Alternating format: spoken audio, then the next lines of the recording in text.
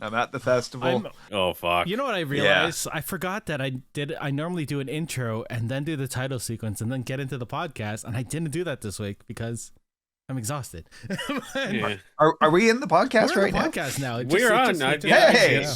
I'm like, yeah, and I have to move you, Hawk. So feel free to talk. Sure. Yeah, I feel like Hawk and I are cut off, and you're just like in your glory in the center there. Yeah, I know. That's why I zoomed out of my camera earlier. Yeah.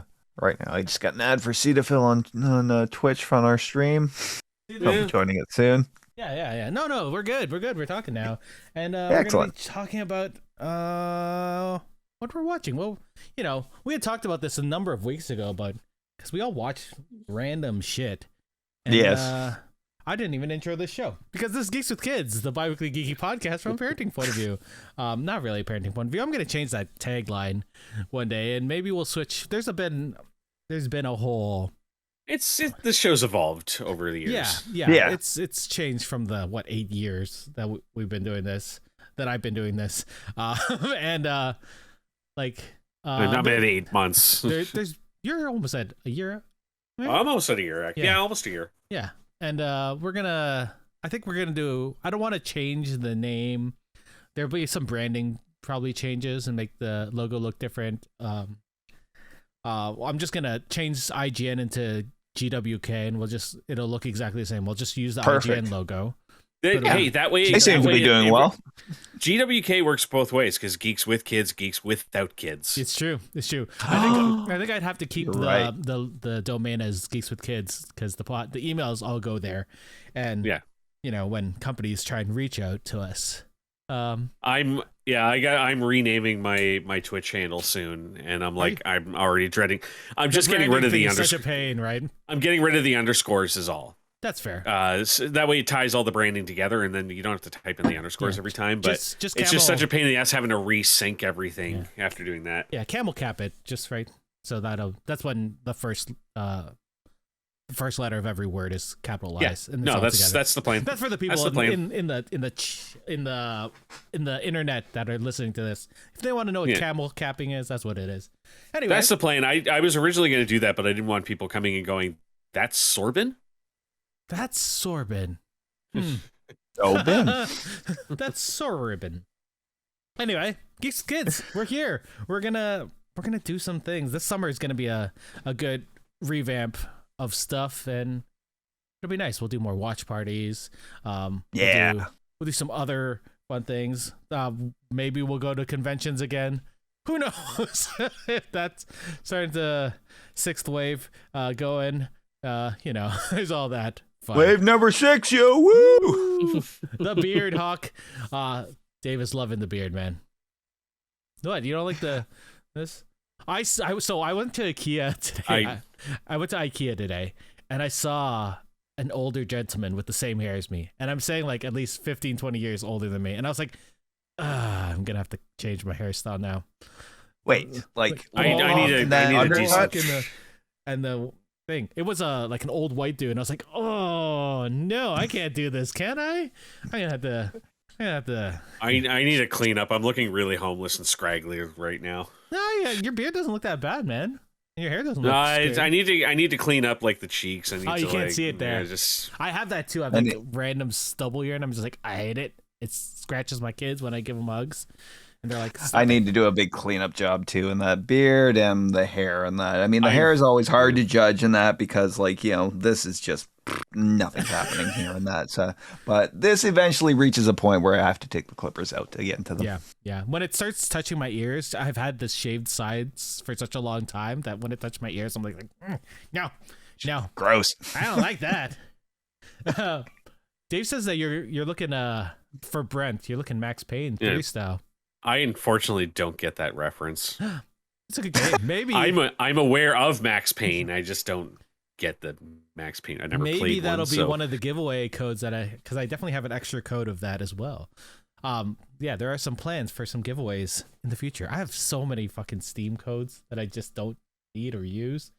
So that'll happen. Anyway, let's start this show by welcoming Hawk and Brent on. I know we've been chatting for a long time, but for those in the in the audio world, it's nice to put a name to the voice. Hi.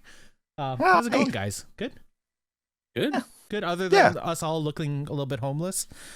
Yeah, scraggly. I think it's a new standard we have to really apply to that. It's not homeless, it's homebound. Homebound. We're all looking a little homebound right now. That's fair. That's a good that's a good way of putting it. Especially since we're starting to go out, because 6th wave. We gotta clean up a little bit more, I guess. I don't know. Yeah. I know. Whatever. I don't know. I'm still masking, so I still don't care what this looks like in That's public. true. I wear masks too. I have too many kids, and I have kids that could be spreaders as well, and I just I don't want to deal with that. People, I have elderly people I see. Don't need to deal with that. Anyway, let's start the show like we normally do with what's good. What's good, guys? Let's go with Brent first. How's it going? What's good, my friend? What's good? I have two. I mean, obviously, I've been ranting and raving the past few days about how much I don't. Is this a band that everyone knew about but me? The Darkness? Sweet. I believe in a thing called the Midnight. So I am absolutely addicted to a band called the Midnight right now. They are like an EDM synth band that does 80s style power ballads. Mm-hmm. They are fucking phenomenal, and I cannot stop listening to them. And everyone that I have been telling about this, they're all like, "Oh yeah, I've been listening to them for years." I'm like, "Is this something that I'm just really late to the party on?" I feel like you were on the podcast when we used to have that as the intro, some of the pre-show music. I have no idea, because that's what led me to them. Was I was looking for new stream music, and they announced on their Twitter that they in their studio are not going to DMCA strike anyone for playing their music. They want their music out there and heard. And it was like, perfect. Download the whole catalog. That's my new stream music. They're also really cool. If you tweet at them, they'll tweet back at you. They're they seem really it. Good. Yeah, they're good social media guys. They seem like they're all about getting their name out there. They're all about better branding for themselves, and that's exactly the way to do it in this day and age. Just get your music on these sites, let people play it, let people hear it, and then they come to you. Everyone's too worried about oh, how are you going to make money if your music's played for free? It's people pay for things they like, not things they want. That's the motto of Twitch is people will come in and subscribe to channels not because they think you need the money or anything, but because they just genuinely like what they're doing there, and they want to help. They want to. They feel good doing it, and we appreciate everyone who subs to us. They're great. They're Danish, or at least one of them is. So I assume that's why they're so awesome, because the Danes, man, the Danes.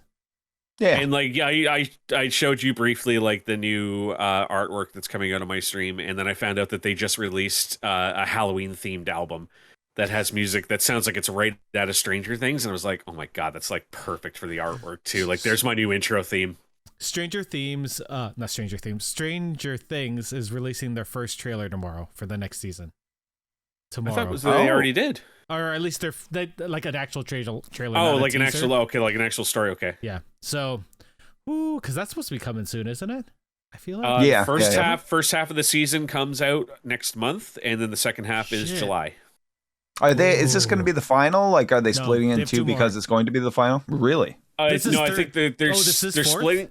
They're splitting this into 2 seasons, and then I think they said they're doing one more 5 after seasons, it, and then that's it. The top. Is this 4? Yeah. This is 4, This is 4. Yeah, that makes sense. Yeah. Oh, man. I'm excited for that. Sorry, Hawk. What's your good? Unless, Brent, you're not done. No, the only other one is what we talked about before with Tunic. Tunic is a phenomenal game. Was something, for people. It's like a Zelda-esque game, but people who jump into it are like, this is surprisingly hard, and it is, and I love that it is.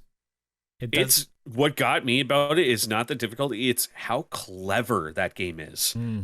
The system of you do not know anything. That game does not tell you a damn thing going into it. It's so much so that all dialogue in that game is written in an obscure hieroglyphic language that you can't read. Yep. And the only way to figure anything out is you have to collect pages of this booklet, which is done up like an old Nintendo style instruction manual.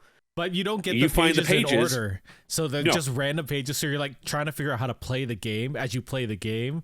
As you get instruction manuals. It's so good. Hawk, you get it, and even then, it doesn't describe anything. It just kind of gives you like clues. Yeah. And then as you gain more of the booklet, you start going like, oh, the thing on this page corresponds to the thing on this page that solves this puzzle in the game. And it's so fucking clever.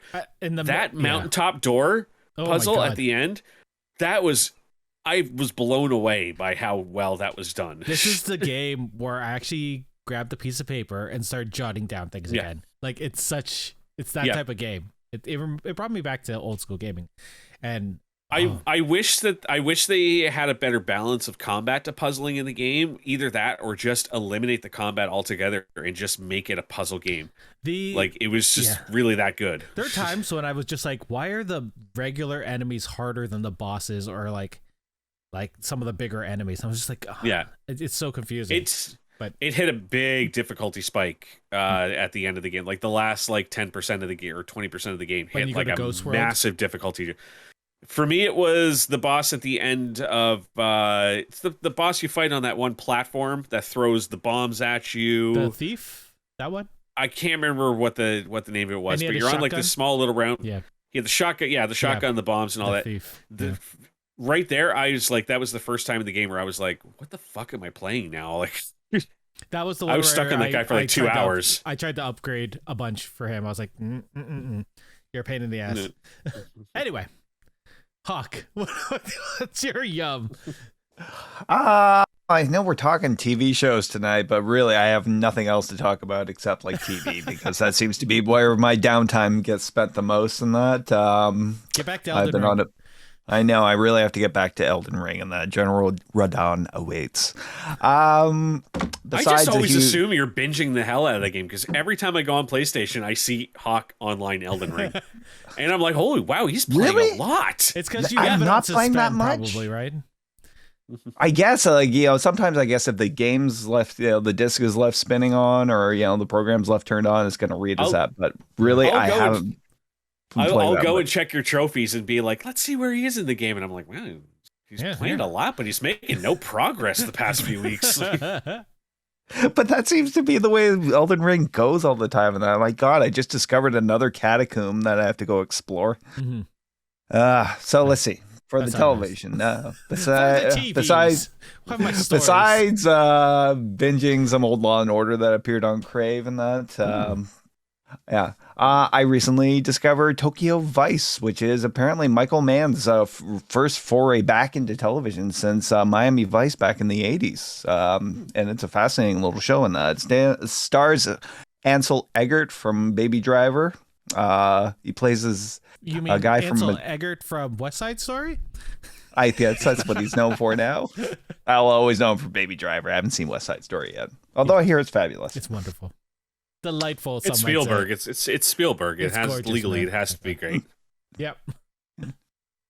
So this story revolves around Jake, played by Ansel. He's this kid who moved to Japan, really fluent in Japanese writing, language and everything like that. Takes a job or applies for a job at the major newspaper in Tokyo as a crime reporter, and he's apparently the first foreigner they'd ever hired for the crime beat. And it's just a really kind of cool show, and that focusing on just that outsider in a country that he's adopted the culture and that, but the culture really hasn't adopted him yet. There's one point where this editor, like on his first day, almost throws him out of the office because he thinks he's just some tourist who wandered in. Anyways, isn't he super tall too? Ansel Elgort. Yeah, he is super tall. He pretty much he almost towers over pretty much everybody in the show. That must be a weird cultural thing for him, or I guess. Yeah. Anyway, it doesn't have the kitsch of Miami Vice, I assume. No, definitely not that kitsch. No cool theme musics or that, or him kind of rocking out or being the badass there, and that really the show is him just kind of trying to fit in and that, but realizing how hard it is, and that there was this thing comes up with the story he tries to report on. A man is found on a bridge and that with a sword impaled right through him. Shit. But according to the police report, the police haven't written it up as murder. And later on, he asks a cop about this, and the cop tells him There are no murders in Japan. That's And it's all yeah. Oh, show over. Yeah. What a boring show. No murders in this place. So in the first episode, he discovers this symbol associated with the man who died. Apparently he was heavily in debt. He gets the name of an insurance company or some sort of bond company which holds the debt, and finds like a vacant warehouse. But the same symbol comes up later on another story in which a man basically immolates himself in the middle of the street. Oh, so Jesus! That's the first episode.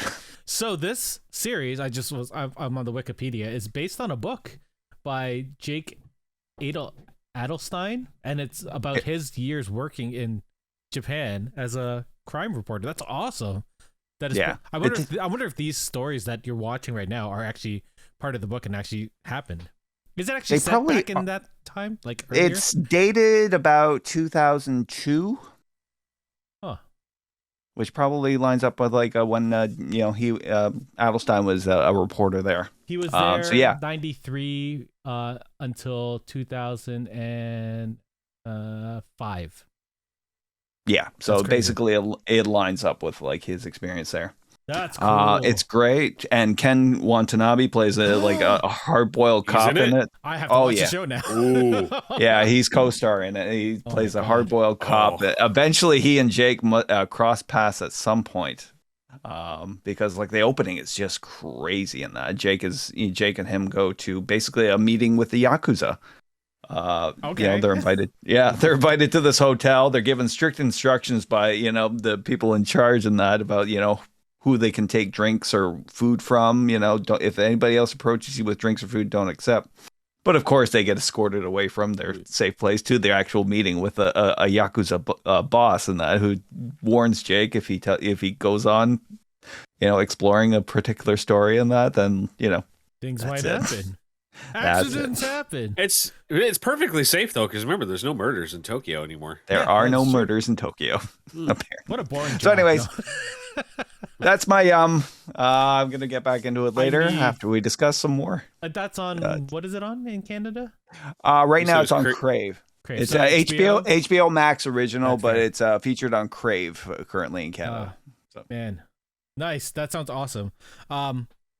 For my what I like. What have I been liking lately? I've been playing a lot on my Steam Deck. I upgraded the hard drive, which was surprisingly easy to do. So now I have this extra hard drive that's sitting on my desk. I'm like, what do I do with this little? I know. What do you do? It's like a little dinky 3380 size solid state drive, and I don't even want to put that like in anything. Like that computer, maybe I could put Windows on it. Is Windows less than 64 gigs? Is your chair wobbly? Do you need like something underneath it? Yeah, it might make it not squeaky. That might be nice. I've been playing since I upgraded it. So I got the 64 gig version of the Steam Deck.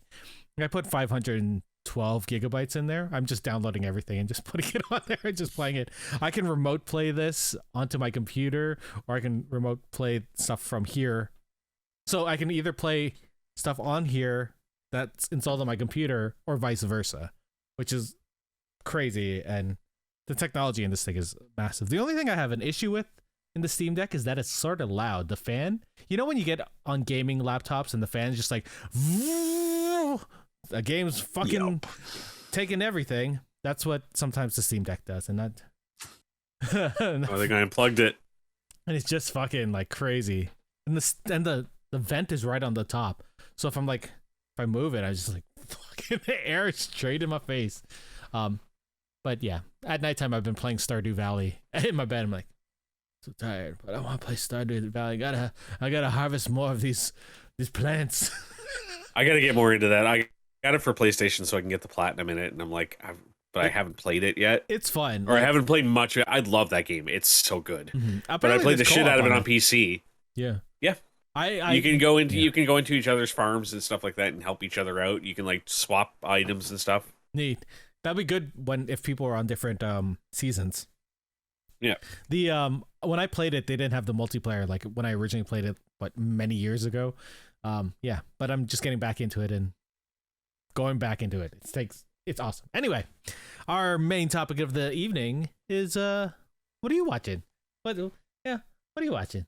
We watch a lot of shit on TV, and we have a lot of opinions. That's why we come online and talk about it. And we want other people to watch the shit we watch, and because we think it's great. So that's what we're gonna do. We're gonna talk about some shows that we like. If we have questions about the shows that we're talking about, just ask each other. I think this is gonna just be a really chill conversation. I just want us to talk. It's like imagine us at a bar talking about TV shows and be like, "You should fucking watch this show. This show's awesome. This show's amazing. You should watch this fucking show." I have bothered so many people like that at bars. Like, have you been watching this yet? I literally tell people like that anytime anyone says to me like, "Oh, you've got to watch it," I stop them right there and go, "Shut up." I go, "Do you have any idea the list of shows that I have to watch based on people telling me that, oh, you should watch it? Just stop right now. Just watch." There's one day we're gonna have to. Oh no, Hawk got put a swear word in the chat. Hawk, terrible. I don't know. There's little stars there. You're horrible. No, there's We're family fucking friendly here. Fucking hell. There's an episode in the future where we're gonna try and get Dave, who does not like anime, to watch anime. So we're all gonna pick an anime for him to watch. Oh, I know one. I got it. There's one I'd probably recommend for that. Yeah, I think I'm gonna pick Food Wars for that because that's just a fucking amazing show. I know very little about anime myself, so if anything, I would have to go old school and go Akira. Everyone. That's really the only. That is literally the only anime that I really remember. There's one I'll send it to you. It's actually a 2000 and I want to say 9 like samurai movie, but it's shot like an actual movie, and it's just gorgeous. Ooh. I'll send it to you guys on another time. On please. the anime episode. Anyway, let's start with Brent. What are you watching? What do you want us to watch? Tell us what. What? Okay, so I want I wanted to go a little more obscure because I mean, like, I can get on here and I can ramble for hours about how much people need to watch Survivor. I could ramble for fucking weeks about people watching that. I could ramble forever about Impractical Jokers, which I think is the funniest television show that has ever been created and needs to be in Canada more. Is it not in Canada? Fucking Netflix has the first 2 seasons of the show that they've listed as the first 4 seasons, and it's bullshit. I think the show has like at this point 500 episodes, and there's only like it's on like TNT up here. I thought it was on not Crave. I thought it was on Prime Video as well. I don't think so. Like streaming services, I just don't know where anything is anymore. Netflix is the only one I've actually seen it on. Like, I could go on for hours, but that's one of a lot of people know about that. So I want to go a little more obscure. So the first one I want to talk about tonight is one that I watched. I watched the first episode of it before it even premiered. I found this last year. They released it online about 2 weeks early, and I just had to see it because it's just the simple premise of it, and it's a show called Kevin Can Fuck Himself. Yeah. So, created for AMC by Valerie Armstrong and produced by Rashida Jones, it tells the story of Allison McRoberts, a woman stuck in an unhappy marriage to her husband Kevin, an insensitive, unambitious man-child. The show follows a standard multi-camera sitcom format, complete with laugh track, and is based heavily on shows like King of Queens and Kevin Can Wait, Kevin James style sitcoms. However, when Kevin leaves the scene, the show quickly transitions into a dark single-camera drama as it changes to focus the show on the despair and loneliness that Allison feels being trapped in a life where she's constantly forced to put everyone ahead of herself. Mm-hmm. And it is literally just the transition in the show it's insane how every time he is on the screen, it is full sitcom, full crazy shenanigans, laugh track, all that. He walks off the screen and you just see the facade drop. And just how angry this woman is with him and how like much despair she has for like, I've sacrificed everything for this fucking buffoon. And it was their way of giving voice to all of these female characters in all of these shows who have been forced to be the voice of reason to a foil. Now it's like, no, now we get to see behind the curtain of how they really feel. And it is so amazingly done. The guy who plays Kevin, Erik Peterson, does an amazing Kevin James. Like, he is Kevin James on screen, and it's very eerie and it's sad and both very good at the same time. Mm-hmm. And she is phenomenal. The one who plays Allison. It's Annie Murphy. Annie Murphy. Annie Murphy, thank you, from Schitt's Creek. And this was like coming right off the heels of Schitt's Creek to jump into a starring role like this, and it is just a perfect vehicle for her. Like she is incredible in it. The way she can go from like that sitcom doting wife to like just literally one of the premises of the show is her plotting to kill him, and how she can feasibly get away with murdering her husband on the show. And it's just such a dark, twisted turn. And I love the way too that like the way it balances out the storytelling in it. We were talking earlier about how the sitcom plays out, like the sitcom portions plays out like a sitcom, where every single episode it's a brand new story, and it's just forget everything that happened. But when you get to the drama episode, it is a continuing storyline the entire season, and as other characters who are in on the sitcom start getting enveloped into her world as well. And we start seeing behind the curtain of their lives too. And it's just, but never him, never Kevin. No, he is always the buffoon. He is always the reason for everything happening.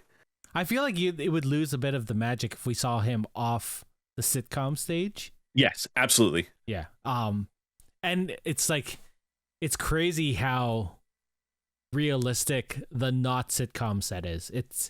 It's such a change, like visually, like the production of this show is so well done to show the two different worlds. I'm wondering how they did that. Actually, I'm wondering, is it two separate sets, or is it just or did they just basically go, okay, let's scrap the whole gear, bring in new lighting, new cameras, new furniture and whatnot, because it does not look the same. It really does. I you can see that it's the same, but. I think what they did is that they have a full house. The setup that they use for a live studio audience, right? And then they recreated on a live studio audience. I think that's what they actually ended up doing. That's what I have a feeling they probably did too. So yeah, you can change the entire like atmosphere of a television show just through the camera and lighting and this the staging that you're working on. Mm-hmm. But I think they actually have a house for the other parts. Yeah. And I thought the one part that was like the best example of like the transitioning between the two is in the first episode. The plot of the sitcom is it's their anniversary, and the husband wants to throw a huge rager party for all of his friends and everything, but she wants to have a nice, simple, quiet dinner and invite like some closer friends and that. And it's the whole regular sitcom plot where his boss gets invited to the party and he wants to impress the boss, but at the same time he wants to have a big raging party. So there's literally this whole sequence where he is going between the two parties, and every time he's entering in and out, it's transitioning between these two, where he's in there cracking jokes with the boss and the wife, and then he leaves and it just turns into like this awkward silence between the boss and the wife, like, how do we do this? And then one of them will get up and go enter the room with him, and all of a sudden it shifts again. And it's just that back and forth dichotomy was so well executed. What is this on in Canada? It is on, you can find it on Amazon Prime. Oh, nice. They have the first season right now. So first season is out complete. It was released last June. They've announced that they are filming a second season to be released, I believe, next year. And then that's it. They've decided to run 2 seasons and stop it. I appreciate that as a fan, that they know that they have a length that they want to do, and that's where they want to cut it off for those characters. Yeah. I appreciate that. We don't need 15 seasons of something that have over, And no, can you imagine if they tried to draw out a murder plot over 5 seasons? I'm still not even done watching the first season yet. Like I'm only 3 episodes in, and I'm so intrigued of where they're going with it, because now other characters are getting involved in it too, and I'm like, how is this all going to end? Like, how do you do a season 2 where almost every character in the show wants this guy dead and is plotting his murder? I feel like AMC is generally good with not dragging things out unless it's called The Walking Dead. So, But they're ending it. Don't worry, they're ending it. Are they? Because it just seems like ending it. Then they're just forever and ever and ever. Yeah. How many spin-offs are they up to now? 3? I think they're doing a 4th one, aren't they? Yeah. There's Fear. There's Fear the Walking Dead. That was the first one. New one that just came out. New World. The World Beyond. But that's on a limited series, so they were only going to run 2 seasons of that. And then Negan. The new Negan one. They're talking to like a Negan and Maggie series, Yeah, which is it's already weird started pairing. filming, man. So Yeah, So- yeah. And then I know that they were also talking about doing like the standalone movies with The like movies. Rick and Michonne and Jadis and I'd be fine with watching a Michonne movie. I haven't watched that show in years, and I would watch a Michonne movie. I haven't watched since the Heads on the Pike episode. I have not watched the show. What was that one? I just wanted to watch up to, because I've read the entire comic series. Yeah, me too. So I just wanted to get to that episode of the show, and then I was like, and I suffered through like 2 seasons of just horrendous storytelling to get to it, and then as soon as it was done, I was like, good. I watched For those who Yeah. those who don't know, that was the storyline of the Whisperers. the Whisperers, and that when they established their perimeter. I finished right a little bit before you because I stopped watching when they killed Steven Yeun, which I knew was coming because it was in the comic book. But when they did a whole episode of just me watching everyone get their head bashed in, I was like, I don't need to watch this. It's good. I'm good. I'm fine. The Pike episode is just a whole episode of watching a bunch of people get their heads cut off. Yeah, I don't need that.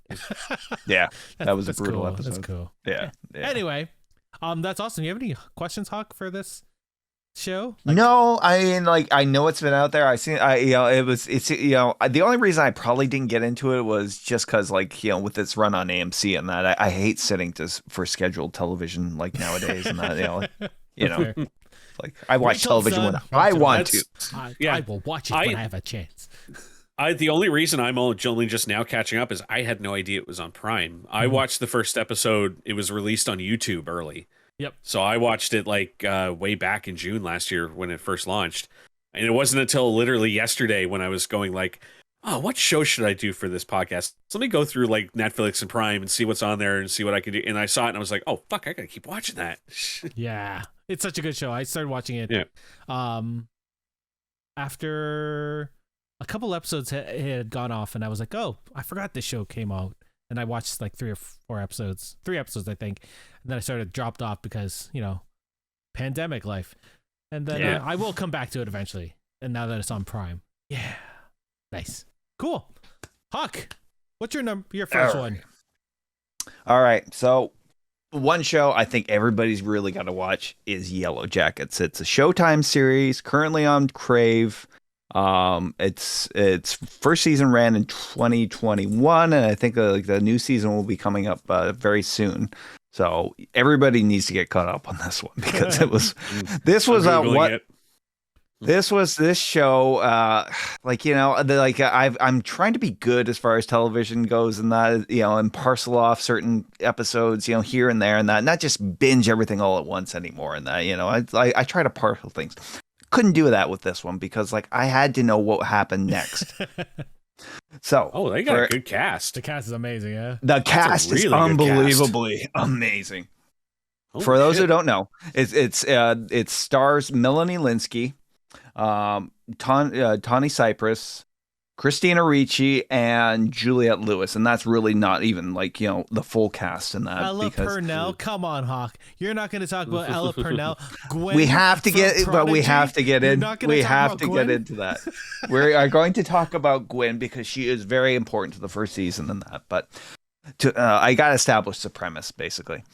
So a girls' soccer team called the Yellow Jackets back in the 90s were on a chartered plane to go to the what do they call those? Semifinals, finals, whatever they call it. Regionals. Yeah. For regionals. It's Glee all over. One of the members' dads was rich, and he popped for this a private plane to take the team to their soccer game. Only the plane goes down in a remote mountainous region, and the girls from this team and a couple of the men who were accompanying them and that disappeared for about, I think it's 18 months. 19 months they were missing. In Canada. And we know what happens if you get lost in Canada. Oh my God, yes.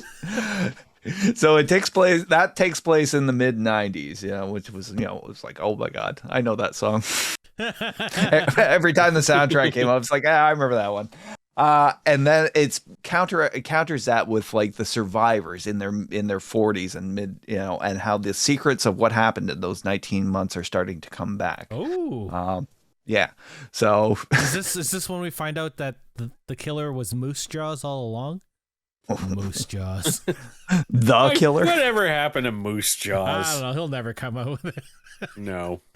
I don't know what that is. Kevin Smith originally wanted to do a Canada trilogy. He already released two It of was them.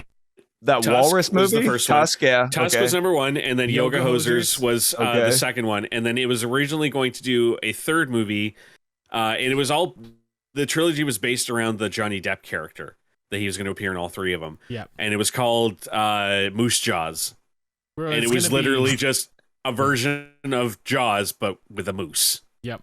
I would have watched that movie. Yeah. Come on. I don't know. You know what? I can't say I would because to this day I have not watched Yoga Hosers. It's fucking terrible. It's terrible. I refuse It's to so watch it. bad. It's the worst. Thank God he redeemed himself with the reboot movie, but I didn't like it. anyway, We'll talk I about that did. another time. I really like. We'll talk about that. And another Clerks time. 3 coming out this year. Anyway, Hawk, Yeah. sorry, continue. Moose Jaws. So in the first episode, you're kind of it splits up the timeline a lot, you know. So you're moving back and forth between the present day, 95, and then like, you know, the events that took place in the woods and that. In the first episode, we see this young girl like being stalked at night through the woods, and that she's running for her life, trying to get away, and that, and eventually falls into this like some sort of a bear trap, you know. Jesus. Yeah. Sounds like Canada. The next. Yeah. So like, yeah, we saw these teen girls who were like, you know, at the prime of their lives, and that, you know, the everything was possible. And then we see we see it in the middle of the woods, and that, you know, these people clad in fur and participating in what looks like some sort of like a ritual. The girl that was hunted through the woods is basically becomes dinner. Oh God. You know? Yeah. Wait. Is this so? Wait, is This this is- on Family Network? No. This was a Showtime series. It's on Crave, and that. Yeah. Was it the full Bas- team of soccer? Was it a full Yeah. soccer team on this plane? Okay. It was a full soccer team, and that I can't remember. I mean, there was about 15 people that basically survived. Okay. Yeah. It takes you through with the initial days and weeks and that they, you know, and they were doing okay, but then again, you know, there's a lot of allusions to the Lord of the Flies, you know, Yep. quite a few Stephen King references in it and that, but basically, like, you know, something was out there and that, and these girls were being like transformed by the experience and that. And this is kind of where Ella Purnell's character Jackie came in, and that her and like Melanie Linsky's character Shauna were best friends and that, but like, where is what you just said? yeah, you know, things start happening in that. You know, Shauna had a big secret in that you know, Jackie didn't know about. Jackie eventually finds out, but Jackie herself, you know, Ella Purnell's character in that, finds herself, you know, week after week being kind of estranged by the group in that because she's not fitting in anymore. Did they start calling her Piggy? Because I hope not. No, it doesn't get that far in that. But yeah, Have you seen there's all this of the first season? Yeah, I watched the entire first season. Does it leave like a lot of the 90s stuff? Like they don't tell the whole story of the 90s, right? Not the whole story of what happened in the woods and that, you know. Basically the first season is about, you know, half of it is basically like them like in middle age, like, you know, and these secrets start coming back up and that one of the only other people who survived in that turns up dead. And the circumstances surrounding his death are very mysterious, and that the finale will blow your mind when you finally get to it. There's a huge down checking this out. Yeah, I'm gonna check this out probably not tonight, but maybe tomorrow. I might watch the first one tonight. Is it a long season? I think it was 12 episodes. It says 10 episodes. So okay, it was only 10, but they're they're good size episodes in that. So make sure you devote some time to it in that. But like, honestly, like this is slow burn, or is it like pretty quick paced? There between the flashbacks, the pace really quickens in that. You know, there's. You know, and I'm trying to think of what a quick pace comparison would be, because slow burn, you've got Midnight Mass is like that's the number one there, and then what's the quick pace? It's definitely a lot quicker than that series. Scorpion. Yeah, you know. Yeah. Um, It goes deep with these characters, in past and future, and that. Part of me wants Christine. to look at the younger cast, but I don't want to because I want to see how they pair up when I see the show. Oh, I'm not Right. I don't want to spoil that. I want to see it because Melanie Linsky is in it, and like I am such a fan of. Yeah. One of the shows that I want us to do one day is a shows that shouldn't have been canceled, or shows we wish weren't canceled, or something like that, or canceled too soon. Yeah. Because she was in one that I was absolutely so fucking into at the time, and they canceled it after 4 episodes. And it was that show Drive. Oh, It was I like her, that show too. Nathan Fillion, Emma Stone, Dylan Baker. Oh, so good. This is like, really? Yeah, this was like mid 2000s. Like it was. You really can find the episodes on YouTube. I think it was a story about like a bunch of people who were invited to take part in this cross country like a rat road race. Yeah, and like every episode, one player gets eliminated from the race, not killed, but just like kicked out of it. But the whole idea is that in order to participate in the race, you have to like complete these tasks, and they just get increasingly more criminal as it goes on. Yeah. And everyone has their own motivations for being in it, and it was such a phenomenal cast because it was like Emma Stone before anyone knew who the hell she was, Melanie Linsky before anyone knew who she was, Nathan Fillion, who basically was just coming off of Firefly. This was a Fox show, wasn't it? Yes. Yeah, yes, I remember 100%. this. Yeah.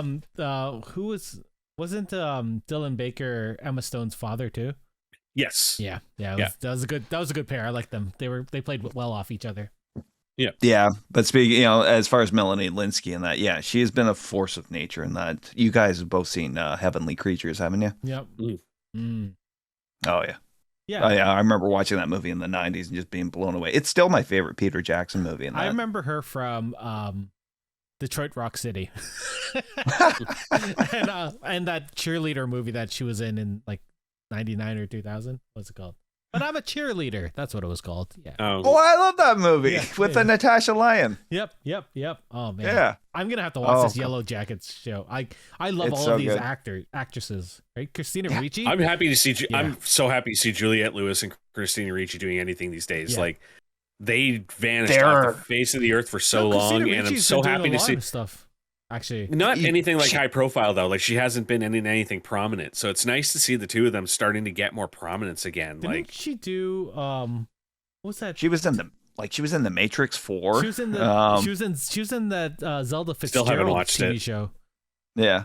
Z. Still have not watched the new Matrix. It's good. She randomly shows up and disappears, and we're like, I don't believe it's good. I can't believe it's good. I know it. I know a lot of people that hate it, but I really liked what they did in it. The Matrix? Yeah, I liked it. Yeah. Matrix 4, yeah. I liked it a lot. I liked it. Christina Ricci, 3. though, her character in Yellow Jackets, Misty. You know what? Christina Ricci is going to be in the new Wednesday TV show. I heard that. Which I think is hilarious because she was Wednesday. She was Wednesday Addams. Oh my god. Yeah. I hope she plays the mom. That'd be yeah, awesome. right? Oh, Morticia? She'd be perfect, actually, as the mom. She's not very tall and lanky, but I'm fine. I'm mind. She's fine. I'm fine. It's fine. Be fine. It's Morticia. You just gotta have black hair and boobs, and you're good. And she's got both. Yeah. All right. Yeah. Yellow Jacket's cool. You said it was streaming on Crave? On HBO? It is currently on Crave. Yeah, it's a Showtime series, so Showtime's picked up here by Crave. The entire first season is out right now. I'm glad. I really just kind of stumbled onto it. I can't even remember who recommended it to me, but once you start, just devote huge chunks of time to it because you're gonna want to finish. I kind of need one of those right now. Like I kind of need one of those shows that I can just sit down and binge like 10 episodes over the next week. So I'm definitely I think I'm probably gonna put the first episode on tonight. I'm so torn as to what to do as my first because I have 3 shows, 2 live action and 1 animated show that I've been talking about every episode of Geeks with Kids. And me and Marcus. Is it Paw Patrol? No, it's Bluey. Yeah. So do I just keep? I knew if Mark was on that we were definitely going to get Bluey mentioned tonight, and then I was like, if he's not on, I think Erik might still bring it up. Because I have so I have 3. Do I do? You know what? I'm gonna do my. I have a third one in the back pocket if we need. So you know what? I will do my first one that I chose to do the first time. when I first thought of this topic. This is a Canadian television show. It's running on CBC. It's called Run the Burbs. It's developed by Andrew Pham of Kim's Convenience. He played Kimchi on Kim's Convenience, and after Kim's Convenience died in a horrible, way, a couple of the people on that show ended up moving off to other projects. Nicole Power got her spin-off Kim Convenience show called Strays, which is set in Hamilton. And then is Andrew Pham the one that went on to Last One Laughing? Yeah.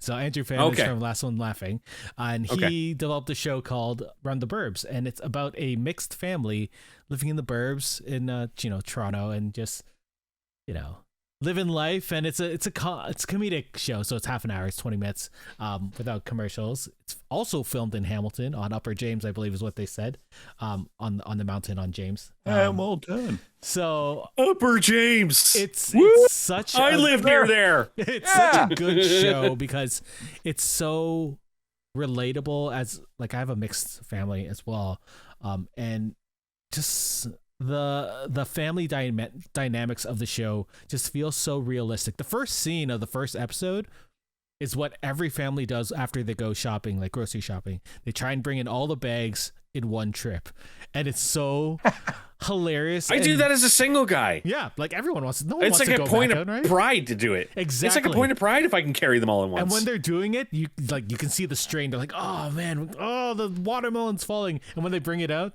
when they all bring it in the one trip, Andrew Pham turns around, he sees his neighbors like, one trip. And it's just so relatable. Like from that moment onwards, I was just like, this show is perfect. And honestly, like the whole cast is fucking phenomenal. Andrew Fung plays Andrew Pham. Raki Zaria plays his wife Camille. He has two kids, a teenage daughter and a sort of a younger son, played by Zariah Wong, who plays Kia. That's the older daughter, and then Roman Pacino, who plays Leo Pham. It's just such a cute family dynamic. Again, I keep on saying that, but it feels so real. They hang out in a bubble tea shop. Like the kids hang out in a bubble tea shop. I was like, when my kids saw that, they're like, why don't we hang out in a bubble tea shop? Like, you're too young. You're too young, but you can when you get older. Like I would totally be down with that. Their daughter is actually gay on the show, and they don't make a big deal out of it, which is really cool as a when you watch it on TV, because you sometimes see shows and they're like, oh, we got to have a whole episode dedicated to, we got to talk about this person's sexuality. It's always been different in Canada, because when I think about that, I always go back to Kids in the Hall and like Scott Thompson and that, and it's like there was never a huge, it was like it's never like, oh my god, the Scott Thompson was gay, and that Scott Thompson always made sure everybody knew, right off the bat. It was never something he held apart. Ellen, had to, do the whole Time magazine cover, but then, Scott Thompson was just like, Buddy Cole. Exactly. Yeah, you're right. Like, I don't recall any of our TV shows ever being a big deal. There's one episode where her grandfather, sort of he's like, I'm an ally. And she's like, but do you know what that means? And he's like, and he kind of struggles with it. But, I think the issue with that episode is, or at least his issue in that episode was like, he doesn't want his daughter to go through any hardships, or not his daughter, his granddaughter. And I was like, that makes sense for a grandparent to, especially since we've all grown up through different times, and you can see that, you want to support them, but you don't really know how to. And she's like, oh, it's such a good show. Like, I love it. I can watch it with my kids. Like, there's nothing in it that's inappropriate, and I don't think it is. It's one of those shows, like when we were watching Kim's Convenience, it was nice to see, Asian people on TV. You don't really see that type of representation, at least when we were growing up. I don't think I recall ever seeing an Asian person on TV, except for just that, but like an entire, like a sitcom revolving around an Asian family. That they talk about Lunar New Year and stuff like that. Like, these are all like traditions that I don't think I've ever seen on TV, and they don't make it a big deal. Like, it feels so normal amongst these people, and it's like it's such a good bunch of a variety of it looks like the Burbs. Like, it's a bunch of different people of different ethnicities living together, and just trying to go through life. And it's funny. They have Cardinal Official in the first episode, and he cameos, and he's like, I don't go as Cardinal anymore. I've evolved, and he does all this. It's such a good show. It's only available in Canada right now on CBC, but they're trying to get distribution everywhere. Hopefully it'll be on Netflix like they did Kim's Convenience, because really, this is what has replaced Kim's in our household. Like, we That's love that awesome. show. And I feel like when you watch Kim's, at least with my kids, there are times where like, why are Young and Appa fighting, right?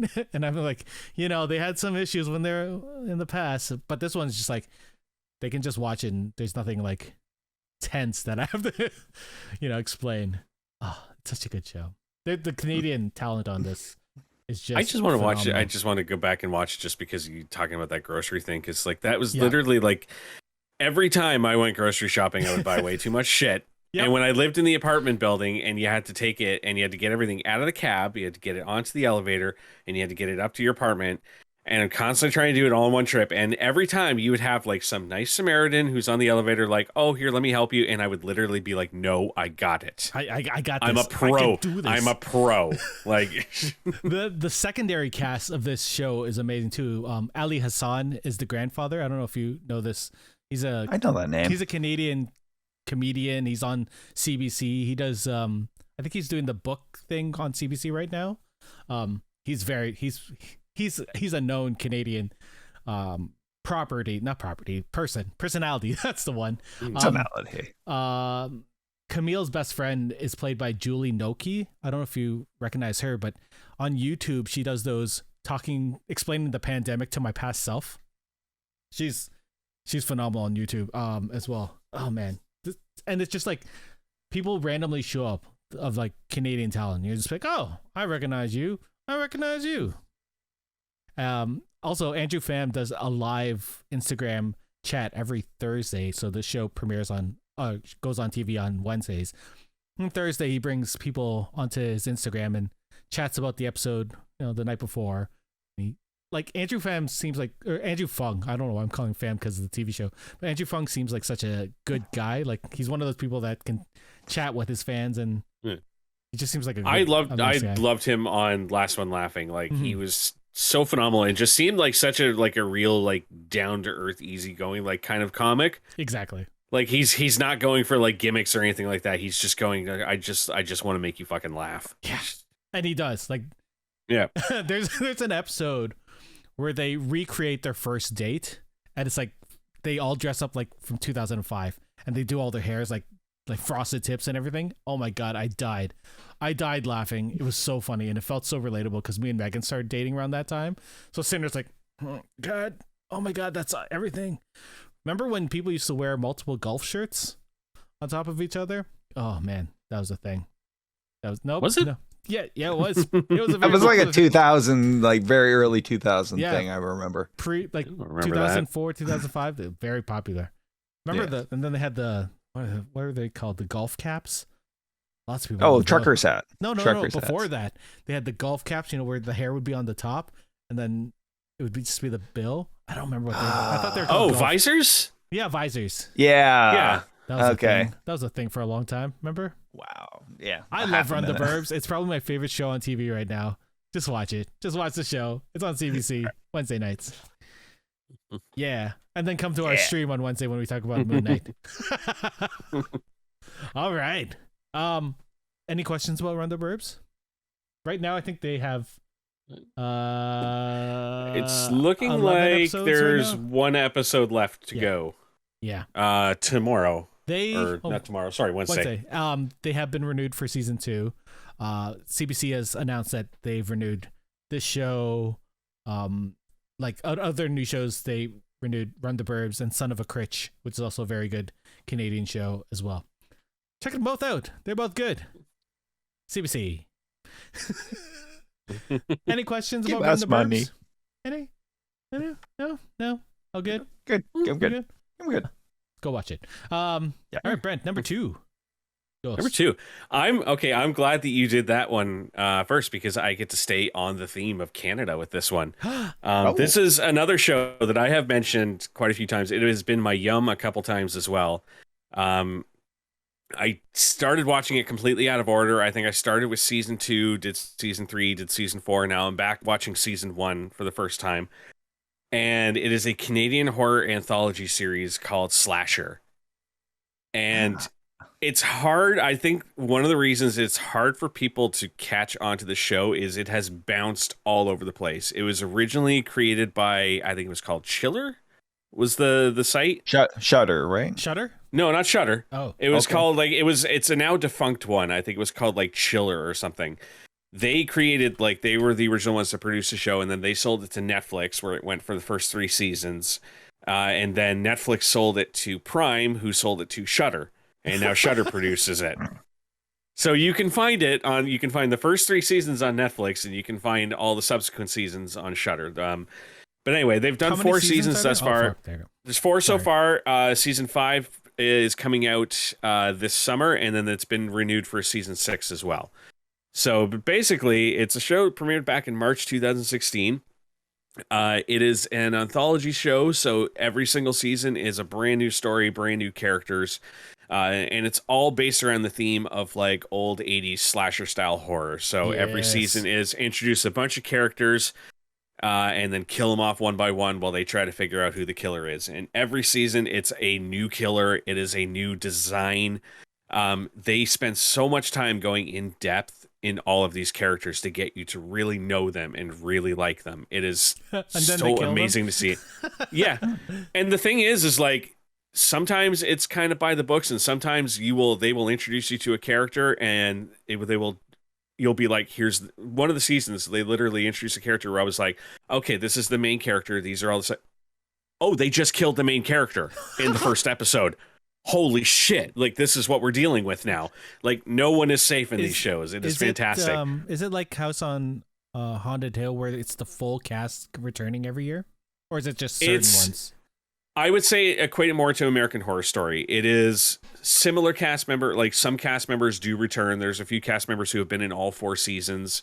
There's some that cycle in and out. And then they also have a lot of big guest stars. And it's very Canadian focused. It's filmed in Canada. It takes place in Canadian locations, like mostly fictional. And it's, for the most part, it's a Canadian cast. What drew me to it at first was I watched one of the seasons and I was like, holy shit, half this cast was on Degrassi. Like, I know them. And then they've introduced like, there's other, like, they get notable Canadian guest stars. Like Eric McCormick is going to be starring in season 5. Wendy Crewson was in season 1, Leslie Hope in season 2, David Cronenberg was one of the stars of season 4. Oh, well, he plays like Scott Hawk there. I will explain his character in a moment, and to get you, Eric, and everybody else, in season 2, Simu Liu. Yeah, He's only it's only a cameo. He's in 1 episode playing like the husband of a character, but it was really cool to watch that right after seeing Shang-Chi and being like, holy shit. Like, I love when he randomly shows up in like TV filmed around Toronto. That's so fun. Katie McGrath was in it. Oh, I like her. Yeah, Katie McGrath is the star of the first season, as well as Brandon J. McLaren, who was another one. I was like, I know him from like all these different horror movies. Like, he was in Tucker and Dale versus Evil. Oh yeah. He was in another show that I wish had been picked up for a second season years ago, Harper's Island, which was another one of these like whodunit murder shows where it's introduced 25 characters and killed them all off. It's weird seeing him in this without the dreads, though, because every movie I've ever seen him in, he has that really long dread hair, and in this, he's completely bald. Like, he looks like Marcus. Yeah. It's kind of freaky. I wonder if he had to shave his head because of The Rookie, because he ended up going on The Rookie for a while. Maybe. Yeah, just, it's such a good show. Like, the character work that they put into it is unbelievable. Like, you get so invested in everything that's going on. The designs for the killers in each season are all super unique and super original. And if you're a gorehound, this show does not pull punches when it comes to the kills. Holy shit. Is it always supernatural? Like, I was shocked. Or is it like sometimes... It's generally, it's always a slasher. There is one of the seasons kind of had some supernatural element to it. I don't want to go into that because it would spoil it. Fair. But for the most part, it's just straight up like just people being butchered by a killer in a mask. But the fourth season, I think so far was, I think hands down, the season 3 and season 4 were the best, and season 4 was the one with David Cronenberg. And the storyline was an eccentric father played by Cronenberg who invites his entire family back to his estate on the 25th anniversary of one of his grandkids being abducted. Jesus. Oh boy. And he makes them all, basically tells them all, I'm here, I have somebody, a doctor here who's going to kill me by the end of the weekend, assisted suicide, but I want one of you to get my fortune, and whoever's going to get it is whoever wins all of the series of games that I've set out for you to play. My God. And it's that sounds like amazing. vicious games. And then on top of that, there is literally a killer there who is picking off the family one by one. And it's so fucking good. And you don't have to watch the seasons in order. None of them tie into each other. There's a little bit of continuity between one of them where one of the characters from one season is referenced and appears in a cameo in a later season, which was bizarre because they were also playing another character on that season. I'm looking at the cast list right now for all the seasons, and you're right. It's like a who's who of Canadian. It's a who's who of Canadian. Oh my Mary God. Walsh. Yeah. Rainbow Sun Franks is on here, and like people from Carlos Jacot, who is Carlos Jacot, who is on Degrassi for one season, is in every one of these episodes. Paula Brancotti, who is on Degrassi, she's in every. She is unbelievable in the show. She plays such incredible characters in every single season. She's only a bit character in season 1, unfortunately, but that's okay. She's one of the mains in every subsequent one. Oh my God! And then I'm looking forward to season 5 that's coming out. Is they're doing their version of Jack the Ripper. But they're making it, but they're doing their take where he's now targeting the rich and elite rather than the poor and destitute. Yeah. I like it. It'd be nice to see and I guess in Canada on TV. I wonder if there's any other like Star Trek people. Like it looks like this was all filmed around Toronto. Like right. This could all be the same cast. Like that's crazy. I think for the most part, I think they filmed it mostly in like Toronto. I think one of the seasons was season 2. I think was filmed in BC. It takes place at like a campground, so it seemed like it was kind of a mountainous area though, so I thought maybe it might be BC, but who knows. Yeah, no, this looks amazing. Like I wish it wasn't on Shudder, another streaming service that I have to get. Well, actually, it looks like it's 1 to 3 are on Netflix. Netflix. Okay, yeah. I'll watch seasons 1, 2, and 3 are on Netflix. I definitely recommend season 3 and season 4 hands down. They are really good. Season 2 was phenomenal as well, but marred for me because I figured out who the killer was pretty much right from the first episode. But it was one of those, like, it was only because I looked up the cast list to see who was on that season, and they had one of the cast members who probably nobody really knows who the hell this guy is listed as a certain character. And then I was like, when I'm watching the show, I'm like, I might be the only person in the planet that knows who that guy is because he was on the same season of Canadian Idol as my buddy Adam. So I'm like, so when I saw his name on the cast list versus his character on the show, I was like, oh, he's the killer. Like, and I was, well, he wasn't, but I figured out how the season was going to end, and then I was like, it turns out I was right. So I was like, damn it, I kind of marred it a little bit, but didn't ruin the entertainment of getting to that point. I will definitely check this out. I love anthology films or shows. Mm-hmm.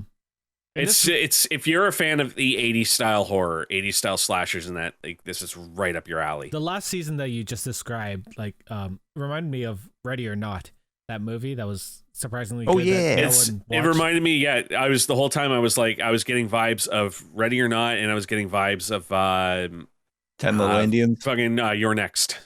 Oh yeah. Which is probably one of my favorite horror movies of all time. I will definitely check. Watch that it. We must. We will. Awesome. Hawk, any thoughts on this? Any questions? David Cronenberg with a good hefty role in a TV series. Yeah.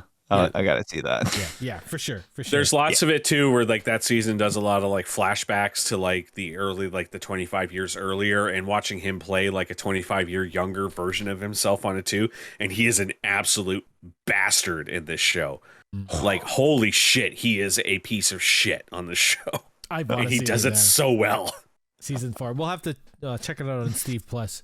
Yeah. All right, Hawk. What's your next one? So my next one. Well, I don't know if you're gonna get into it. I know you're currently watching one right now. Just do you it. probably do it. only. Then Okay. I can do Bluey. Well, you were gonna do Bluey, right? Actually, I think I'll talk about one that I was almost gonna give it a pass on that because I fell into that thing where it's like I watched the first bit and I was like, yeah, and I had to go back later and watch the whole episode to get the impression. Our flag means death. Yes.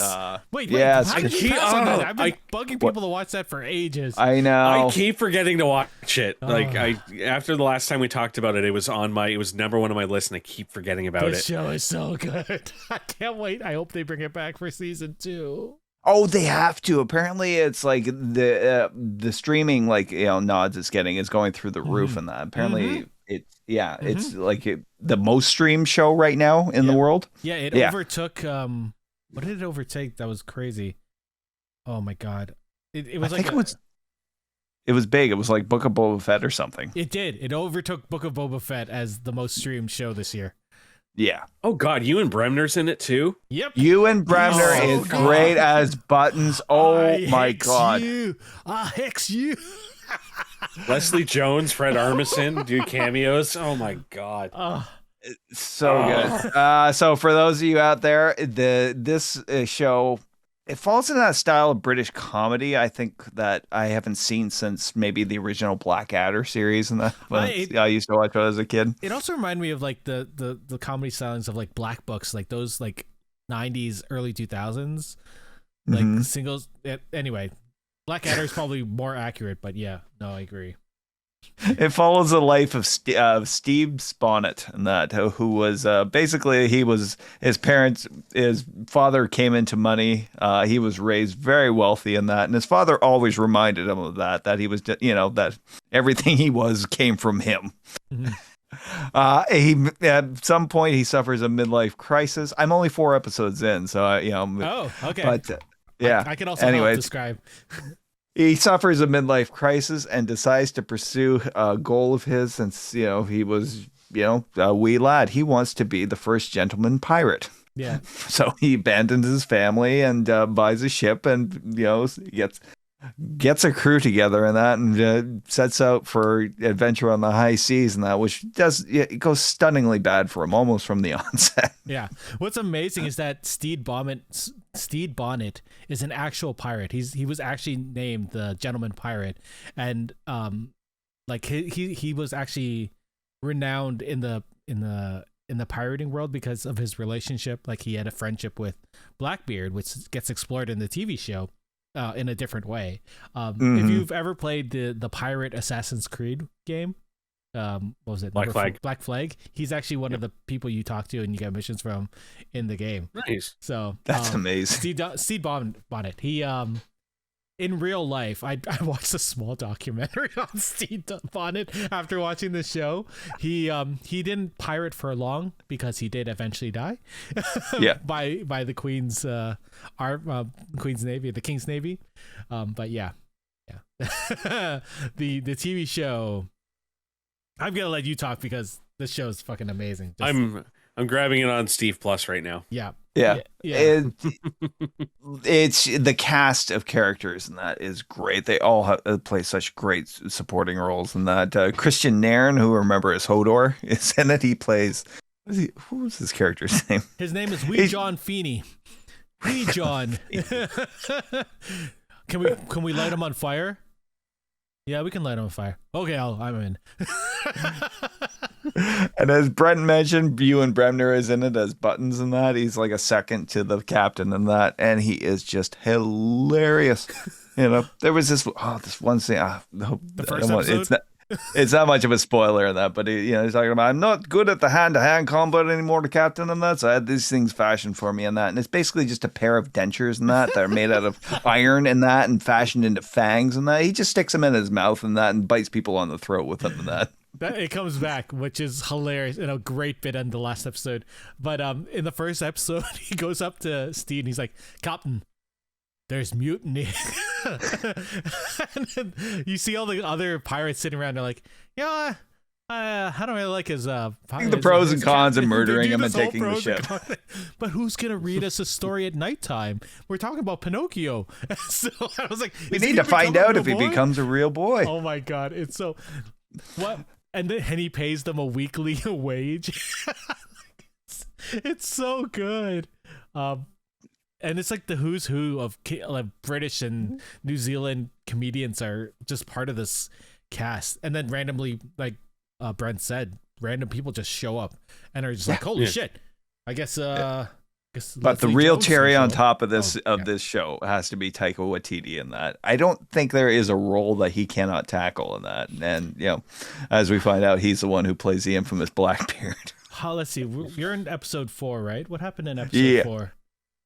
Basically, Steeds is introducing him to his ship and that, and it's like Blackbeard is at a weird point in his life and that, where it's like he's almost in an existential crisis and that, it's like, what does it all mean in that, and he's what does it all mean? Steed's showing him like that big bedroom and like drawing room that he has on the ship, and he's like, you're crazy, man. Just why do you have all these books? Is so weird. What does it? It's like, and you got an open fire on a ship, surrounded by all this paper. And that is crazy. I think what I know, this isn't a spoiler because it's everywhere. What makes this show special is that it explores an LGBTQ love storyline between Blackbeard and Steed Bonnet. Like, this is everywhere on the internet, so I'm not really spoiling that. And they do it in such a loving and amazing way, like the way that their relationship grows. And because you haven't gotten to that point, I wanted to talk about it. And seeing Taika Waititi and Rhys Darby just become like the best boyfriends ever to appear on TV ever. Like, they are so adorable. Darby's just the best. Rhys Darby is just the best anything ever. Yeah. But you can see their connection. I've never seen him in anything that has not killed me. Even fucking, what was it? His role in Yes Man. Yep. Everything. Oh my god. Like, he's so good. This is the perfect vehicle for him. And the fact that him and Taika get to lead it, like, from that point onwards, I think Taika comes in episode 2 or 3, I think. He's introduced, I think, like in episode 2. Well, the concept of it was introduced in episode 1, and that one guy's lying about he served with him and that, and he became his Blackbeard's right hand man, and the way they portrayed him in that, just the smoke face with red glowing eyes. Mm-hmm. Oh, and we were talking about. Did we talk about Rory Kinnear is in this? Like, he is so good. Oh, so good. He was a childhood chum of Steve's Bonnet and that. Baby Bonnet. He bullies him so badly, like a childhood and that. Baby Bonnet. Ha! It was all a good fun and that. Now, I can see that they have not appeared in the first season, but how long do we get before Brett and Jermaine show up on the show at some point? Please, God. Please, God. I would not doubt that they would show up in the second season. Like, Jermaine especially, like, because he's still pretty prolific out there. Like, I don't know what I'm not really sure what Brett's doing. Yeah, but I mean, as far as like the acting roles, like, I mean, Brett hasn't really done anything since the cameo in Lord of the Rings. Yeah, Brett really does more music stuff on the behind the scenes now, which is a shame because he's wonderful on screen. But I assume both of them are going to show up. Like, I can't not see them show up. They have just to have like a musical performance or something, and have them write a pirate song, please. For a pirate show, not enough pirate songs in this season, but it is brilliant. I think this might be probably my favorite show this year. Easily. Watch Run the Burbs. So different. Run the Burbs just hits closer to home, but It does. You know, this show. Great. So do I made me watch cry Yellow laughing. Jackets or do I watch Our Flag tonight? Our Flag, Damn man. Ooh. Watch It Our depends Flag. on how heavy do you want to get tonight. You know what? I think because I've got to work in the morning, I'd rather do something light. Our flag means death is for Although, you. Yeah, if you alright. watch the first episode, you might want to watch more. Yeah, I know. Well, thankfully they're only about like a half hour, so you know you could probably squeeze in like at least 2. I think maybe the 3 last tonight. one's an hour, from what I remember. Is it 'Cause the the la- last one the is last long, one? but it's really good. Really good. What I appreciate about this show is that not only is it ridiculously funny, but it has a lot of heart. And then later on in the season, there are some things that happen that are a little bit heartbreaking, and you're like you feel for all these characters, and it's not just like they're throwaway characters. Like you'd expect not all the pirates, you wouldn't care about all of them, but you do. Even Black Pete, who has an unfortunate name. You still like him, even though he's sort of a dick in the first episode, and he's sort of a dick continually. But they're all really, really quite good. Have you met what's his name on the show? Jim. Oh, who's Jim on the show? Jim is the one that is the mute on the show. The mute. Well, yeah, Okay. absolutely. Yeah. The first 4 episodes covered Jim's story. Okay, yeah, I wasn't sure if Jim's story was at that point, but yeah. Yeah. Oh my god, you have to see it. Later on, you get to meet Mary Bonnet, through some means, and she's played by Claudia O'Doherty, who's an amazing British comedian. she is super funny. She's Man, so especially funny. in those flashbacks and that, you know, it's like their life together. And when he starts talking about the tedium of it all, and she's like, what's wrong with the tedium? I'm just going through the guest list of Yeah. like who's on this season. Like, holy shit! I sort of don't want you to do that because certain ones show up and you're like, what the fuck? What? I'll forget. Like, I'll forget, and those pop up, and I'll. At this point, I'm pretty sure Fred Armisen has it in his contract that he has to appear on every show at some point. He shows up pretty soon in this series, I believe. Him and Leslie Jones show up pretty soon. Yeah. Oh, I guess that's why you find out about Jim. Yeah, because of that thing. Oh yeah. Yeah. He had another show that I heavily considered talking about tonight, but they've since canceled it. So What show? Which Portlandia? documentary now. I don't even know what that is. Oh.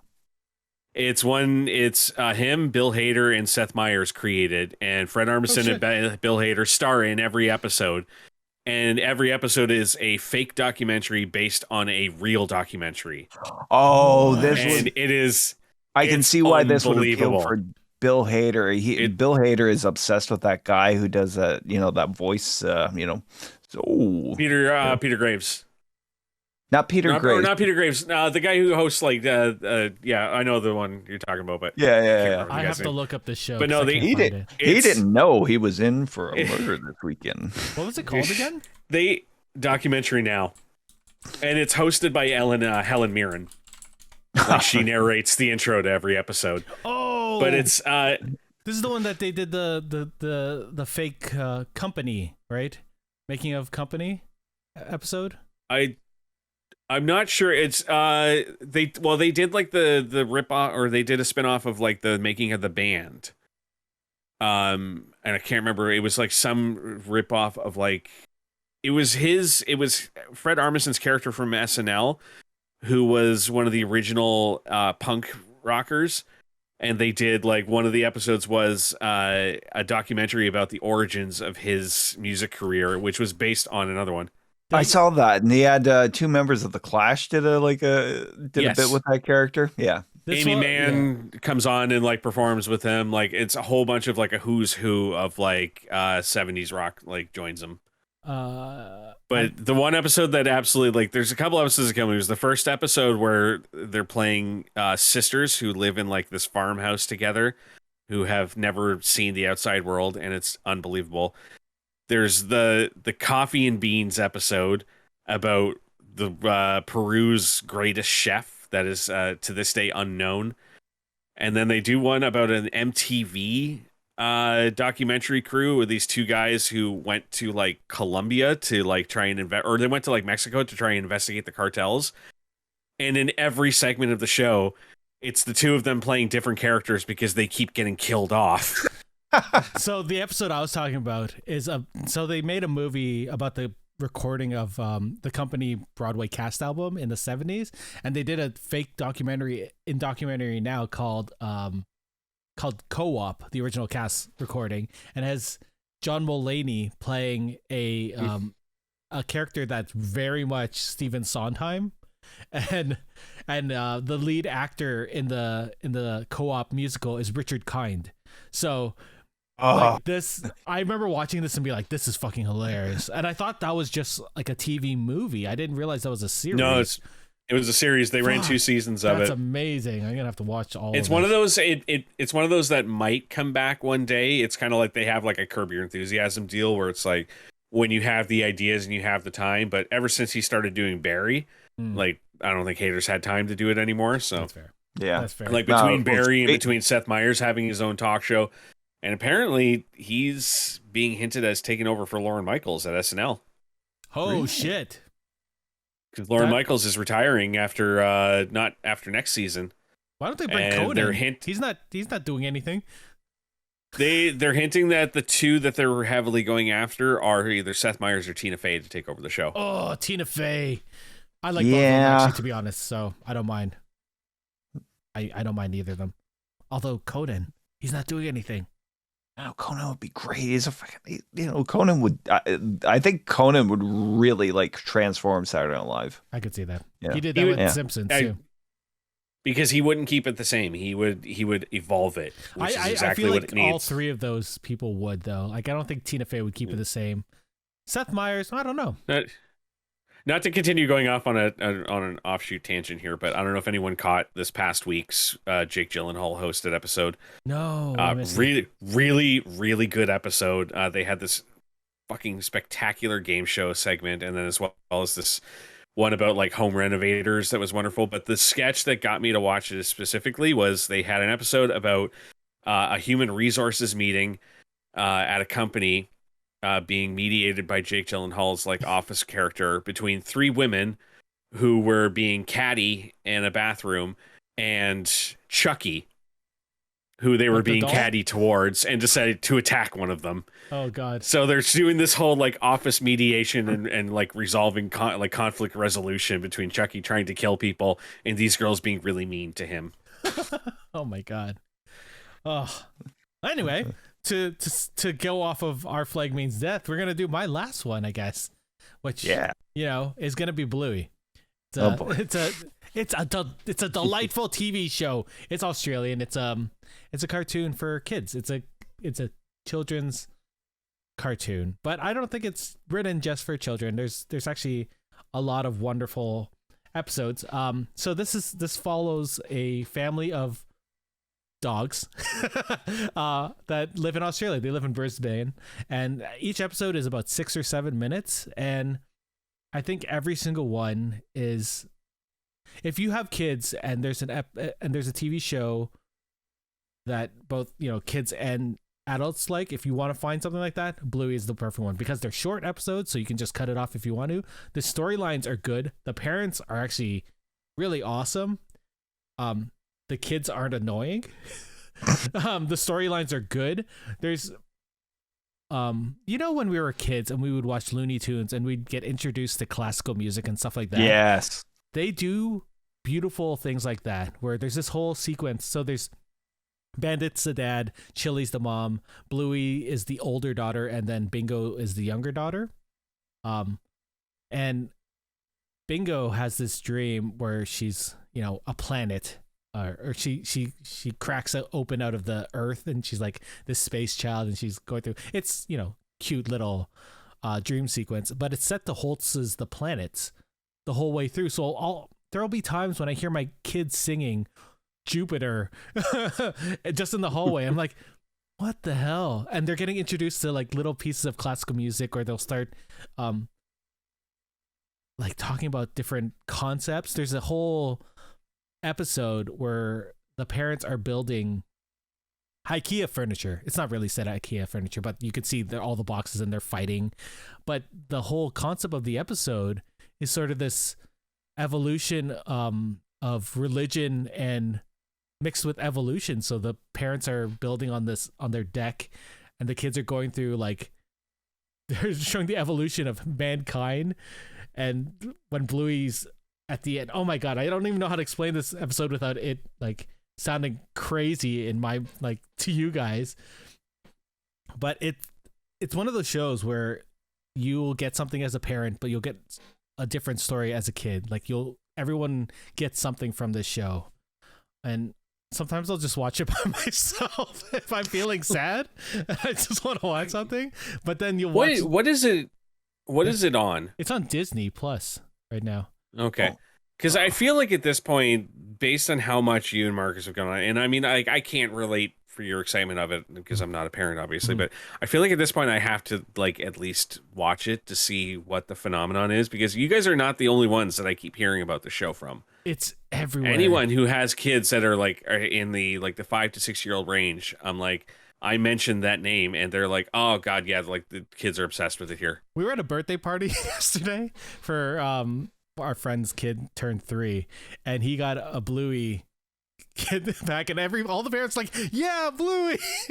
It was so funny. The parents were more excited than I think Jax was for getting the Bluey thing. And then all like you could hear like different people humming the theme song.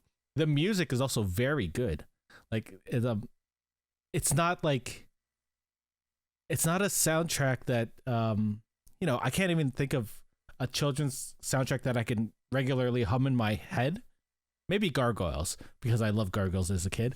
But Bluey is a very good musical show in general. I can't express how much everyone should watch this show. That's how much I love this show.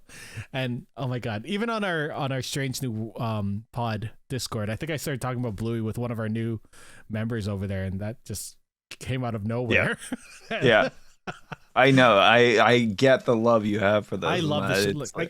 When somebody wants to talk to you about it, I know you'd be full in. I really should check this out because, to be honest, everything I watch, tends to run towards like a really dark themes and that, this is one of those shows where I'd go, Hawk, real talk, you have to watch this show. That's the level of intensity that you have to watch this show. Might be a good palate cleanser for me. Okay. There is the lot. So there are 3 seasons right now. They're on a mid-season break because there are 52 episodes per season. They're 7 minutes long, so that makes sense, right? But the last episode of season 3 was called Fairy Tale, and it's set in the 80s, and it's just like the perfect slice of life from the 80s, because Bandit's talking about how he used to be a bad brother and ended up becoming good. He got jinxed, and the kids are like, what does that mean? But they do the skids. Remember when we were kids and everyone loved skidding with their bikes and not braking? Oh my god, like they do stuff like that. There's an episode that's purely on FaceTime where they're calling their cousin, and their cousin steals one of the phones and just starts running through the house. And that's like such a perfect example of what it's like to FaceTime with children. Like, oh my god, I love this show so much. Everything, just watch it. It's on. Just watch it. Oh my god, it's such I'm watching the theme song right now. It's such a cute theme song, man. Yeah. Oh, that's not right. Bump bump bump bada bump bada bump bump bump bada da. Yeah, mom. Man, I can't. Like, this show is so good. The show is so good. It wasn't even on my list. I was gonna do Our Flag Means Death and run the Burbs, and I was like, I have to talk about Bluey. How could I? I was so sure you were gonna pick Killing Eve. Yeah, Killing Eve is very good, but I've only seen 5 or 6. Wait, no, I watched the first season. Hawk, I watched all. Oh, you finished the first season. Okay, cool. I did not expect the end of that first season. I was like, oh shit! I'm so glad that I got to go straight into the second season, because if I had to wait a year, I'd be like, fucking hell, no. Can you believe? I know. The cast of Killing Eve. Phenomenal. Sandra Oh is in particular in that, because it's a mainly European cast that she's working with in that, but God, she does not seem out of place at all. Yeah. No, Sandra Oh is perfect. Her paired off against Jodie Comer. Yeah, Comer. Who I know her from Free Guy. Like that's how That's I know her. This is how the world knows her as Villanelle and that, it's that thing. It's like, when you find the right role of a good of a psychopath, like a well portrayed psychopath and that, like doors open up for you. So like it was mind blowing how good she is on the show. Like it's mind blowing how like she can turn like face just in an instant. It's the ticks and everything, and that it's her comedic timing too, and that especially like some of the really dark stuff that's happening in that, she makes it sound like so funny in that. Like, you remember Beard Guy? Yeah. She's like, take off your clothes. Oh my god! It's like, why? He knows that she's there to kill him and that, and she's like, because whenever someone in the first scene was like, "Are you gonna kill me?" She's like, "Yes." And it's just like this calm, like creepy, and I'm just like, oh my god, you are. I'm. Oh first, I'm going to use you for sex, and he's like, what? Like, just kidding about the sex. Just to interject really quick, I just looked this up. Apparently, I should have done it. Documentary Now is coming out with a 4th season this year. Yeah. And two of the ones that they're spoofing are My Octopus Teacher and When We Were Kings, the Muhammad Ali story. Oh boy. I just realized that Jodie Comer was in the last Star Wars movie. She was in for half a second. She was Rey's mother. Yeah, she was. That's a waste of talent. Totally. What? Fuck you, JJ. I feel like maybe she had a bigger role, maybe? Like, I feel like you can't cast her and just...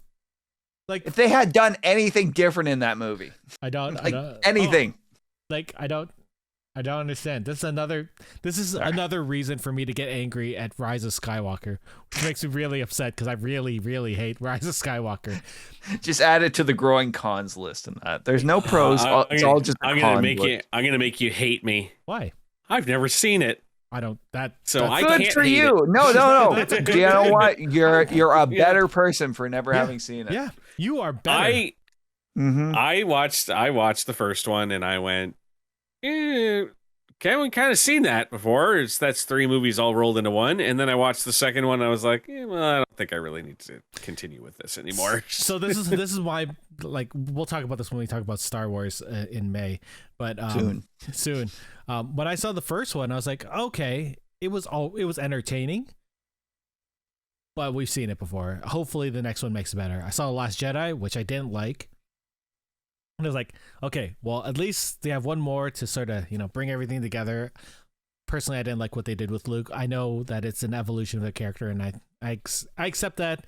But personally, as a Star Wars, as a personal preference, I didn't like it. I know a lot of people. I know you liked Last Jedi. I liked it, as out of that entire trilogy and that. Conceptually, I liked the idea. I didn't like the execution. The third one came out, and I was like, well, you undid all 9 movies. All 9. Yep. You ruined 9 movies. Yep. Anyways, we digress. We can't talk about this anymore. I can't talk about Star Wars. We'll talk about Obi-Wan when we get to Obi-Wan, because hopefully that makes it better. Yeah. Take away the pain. Take away that pain. Give Jodie Comer better roles. Yeah, right. Abrams, if you're gonna cast her in something, do it right. I hope she gets something good. Like Killing Eve ended yesterday, didn't it? Like all 4 seasons. It did, apparently. So. I haven't seen the last episode yet. I've been staying away from Twitter and that because, Twitter sucks as far as spoilers. Yeah. Sorry for that spoiler on Thursday. Yeah, I know. I was looking forward to the surprise of it and that, and then I look at Twitter. It's like, fuck you. Who would do that? And it wasn't even that explicit a reveal in that, but as soon as they put a couple words together in that from a previous TV series that person had been on, I was like, because what they showed might have just been a promotional photo release this week and that, but as soon as they put the words, from the previous series together, I was like, okay, I know who that is, and fuck you for spoiling that for me. Thank you. Anyway, I think we're good here. Is there any TV shows we should be watching? Send us an email. Send us a text. Send us not a text. We don't have phone numbers out there. Send us a tweet or message on Instagram. We'd love to hear. Slip into our DMs. Slip in there. We'll probably do this again. I like finding out, like, there's now 4 new TV shows I need to watch because of you guys. No, wait, 1, 2. Brent's. I think I've seen Hawks already. I know you downloaded Yellow Jackets and that, but you hadn't gotten around to watching it all yet. I haven't watched it all yet, no. Yeah, I'm worried. I'm on Steve Plus for that right now too. All right. Killing Eve isn't the best quality on Steve Plus, so just a warning. Right. We will talk to all of you fun people out there soon. We'll do Moon Knight on Wednesday again, and then I'm gonna try and come back to streaming some games. I've been exhausted and.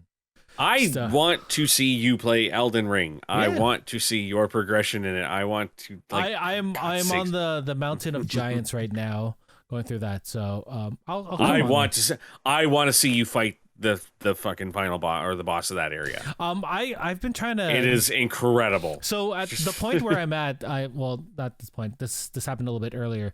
This guy told me that I can get this spell and burn the roots myself. And I want to try and figure out how to do that. That's what I'm doing right now. Because I have the spell. I just need to figure out where to burn the roots. And I think it's under the capital city. Because that's what someone told me, I think. I don't know. I did everything the legit way, so. Oh, no. This was an NPC character that told me as I was going up the mountain. No, but I mean, I've done it the way that they want you to do it, fighting everything, so. Okay, yeah. I don't know if this is... I assume I still have to fight the end boss. I don't think you skip a boss in this game.